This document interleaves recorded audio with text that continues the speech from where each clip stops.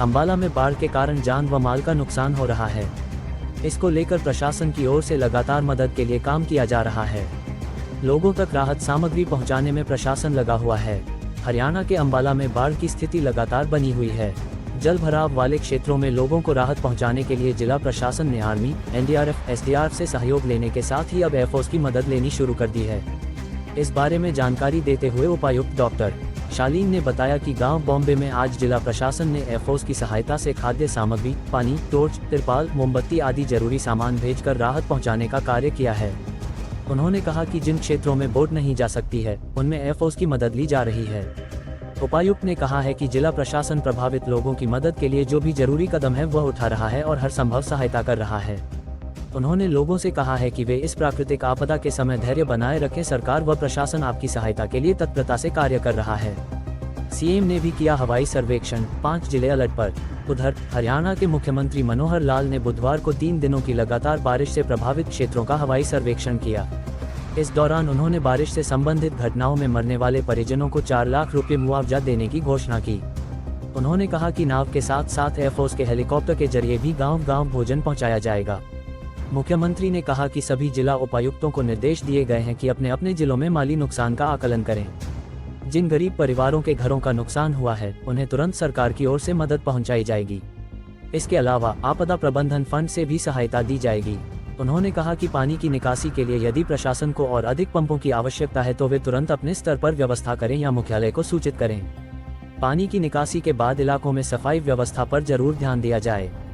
नागरिकों को किसी भी प्रकार की समस्या का सामना न करना पड़े, ये जिला प्रशासन की जिम्मेदारी है। उन्होंने कहा कि अधिकारी फील्ड में उतरकर कार्य करें।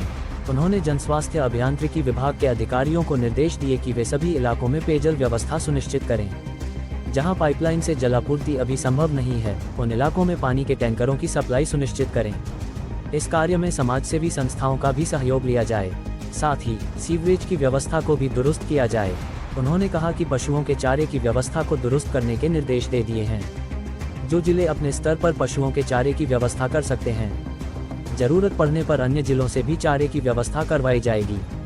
ये जिले अब अलर्ट पर। मुख्यमंत्री ने कहा कि अब पानी धीरे धीरे आगे बढ़ रहा है, इसलिए जींद, फतेहाबाद, फरीदाबाद, पलवल और सिरसा जिलों को अलर्ट मोड पर रखा गया है। पंजाब हिमाचल का पानी बना परेशानी का सबब। मनोहर लाल ने कहा कि औसत से अधिक बारिश होने व हिमाचल, पंजाब से भी पानी आने के कारण प्रदेश में बाढ़ के हालात बन गए। कहीं कहीं तो बारिश का वर्षों का रिकॉर्ड टूट गया है। बारिश से 7 जिले अंबाला, पंचकुला, कुरुक्षेत्र, करनाल, यमुनानगर, पानीपत और कैथल अधिक प्रभावित हुए हैं। राहत और बचाव कार्य युद्ध स्तर पर जारी है। दुष्यंत और हुड्डा ने ट्रैक्टर चलाकर बाढ़ प्रभावित क्षेत्रों का किया दौरा। बाढ़ प्रभावित इलाकों का बुधवार को डिप्टी सीएम दुष्यंत चौटाला व पूर्व सीएम और नेता प्रतिपक्ष भूपेंद्र सिंह हुड्डा ने ट्रैक्टर से दौरा किया। वहीं आम आदमी पार्टी के नेताओं ने प्रभावित इलाकों में जाकर लोगों का हालचाल जाना। डिप्टी सीएम दुष्यंत चौटाला ने अंबाला, कुरुक्षेत्र, करनाल और पानीपत जिलों का दौरा किया। उन्होंने कहा कि उपायुक्तों को नुकसान की रिपोर्ट भेजने का निर्देश दिया है। रिपोर्ट मिलते ही प्रभावितों को नुकसान की भरपाई कर दी जाएगी।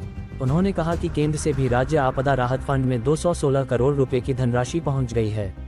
उन्होंने अधिकारियों को लोगों के लिए आवश्यक खाने का सामान, पीने का पानी और रात के समय प्रकाश करने के लिए सोलर लाइट का तुरंत प्रबंध करने का निर्देश दिया है। पूर्व मुख्यमंत्री और नेता प्रतिपक्ष भूपेंद्र सिंह हुड्डा ने ट्रैक्टर व पैदल चलकर कुरुक्षेत्र के गांव नरकातारी, थोल, दुराला, झांसा, टीबा, उदारसी, झीवहेड़ी, हसाला, खेड़ी मारकंडा, हिंगोखेड़ी और शाहबाद में पहुंचे। उन्होंने लोगों से बातचीत कर उनकी परेशानी जानी और अधिकारियों से बात कर जल्द समाधान का निर्देश दिया।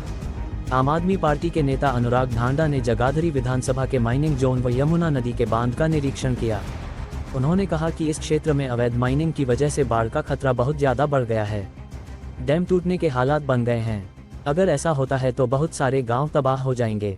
सरकार की नाक के नीचे अवैध माइनिंग चल रही है और सरकार आंखें बंद कर लेती है। उन्होंने कहा कि आज जो हालात हैं उसके लिए जिम्मेदार हरियाणा सरकार है।